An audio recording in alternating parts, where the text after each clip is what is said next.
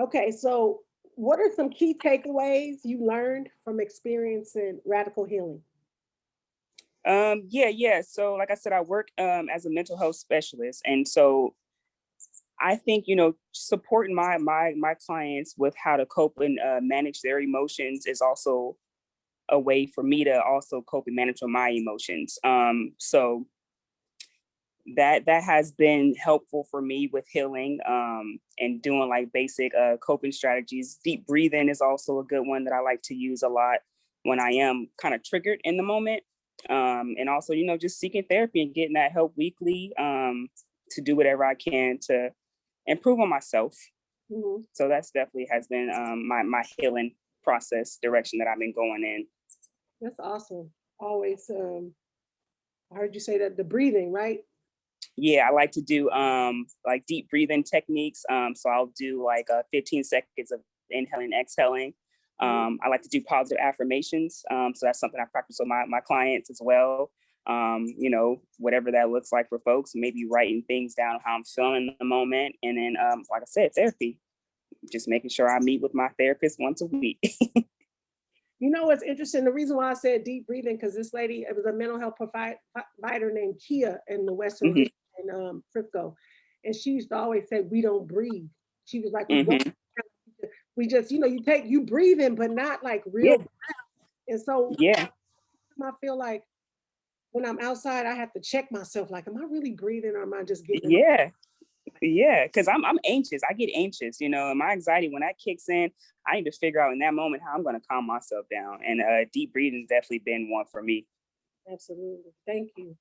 And so, in your opinion, how can we destigmatize trauma work in the Black community? That's a good one. That's a really good question. And like I said before, we need to normalize that it's okay to be vulnerable. It's okay to talk about our feelings. And how I said before, the way I grew up, we couldn't talk about our feelings. What happens in this house stays in this house. We couldn't go out to talk to whoever, get therapy. That was it. So I think normalizing that it's okay to be vulnerable, and get that help you need. Take that time to, break that stigma. Absolutely. Thank you Yeah. so much. Okay, I'm going to move us into our final set of questions. And so, first, I would love for you to share anything you are doing to help others experience radical healing. Yeah. This goes back to the work I do. Doing whatever. So we do things in my job where we have a treatment goal, so a SMART goal. So these are rational things that we can work on with our clients, into going into the bigger goal, like the bigger picture. So baby steps. So I think that's something that, like I said, take your time, because your process of dealing with your trauma is different. Everyone's situation is different. So just taking it one step at a time to do whatever you can to continue with that healing process. Absolutely. Thank you. That's Yeah. great work. That's great work. I mean, it starts, that's where it starts. Yeah, definitely. And like, I'm gonna keep on saying being vulnerable, being honest with, what's going on with you, so that way we can better support each other, and we can get the help that we need. So yeah, just being honest with yourself. Yeah, because if you don't be honest with yourself, now you give it, now you're going to have to, you extending how long it's Hmm. before you can actually be healed and be free from all of this. Right.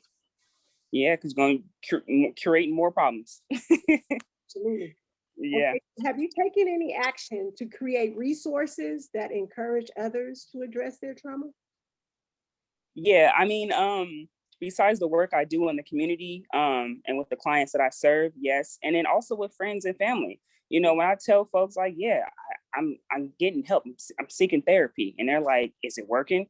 Well, for me, it is. But I don't know if it's gonna work for you. You have to, take that chance. So, I just give my feedback, whatever I can, to talk highly of therapy and normalizing that it's okay.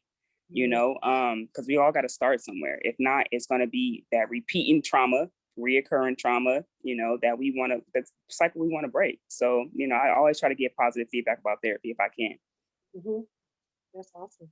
And so, last and final question: how have you advocated for mental health support for the Black community? That's a good one. And I'm gonna go back to my job. Half my caseload, my clients are Black. And so, just being able to relate, with my clients and the things we talk about, the things we experience. And so anytime I have like resources or something like that that can better support them, I will give that out. Even if it's just family or friends, I'm sharing those resources, however I can connect them with, getting that healing they need. So definitely. Thank you, Ashley, so much for coming on and sharing a little bit of your story and just giving some just sound advice to us.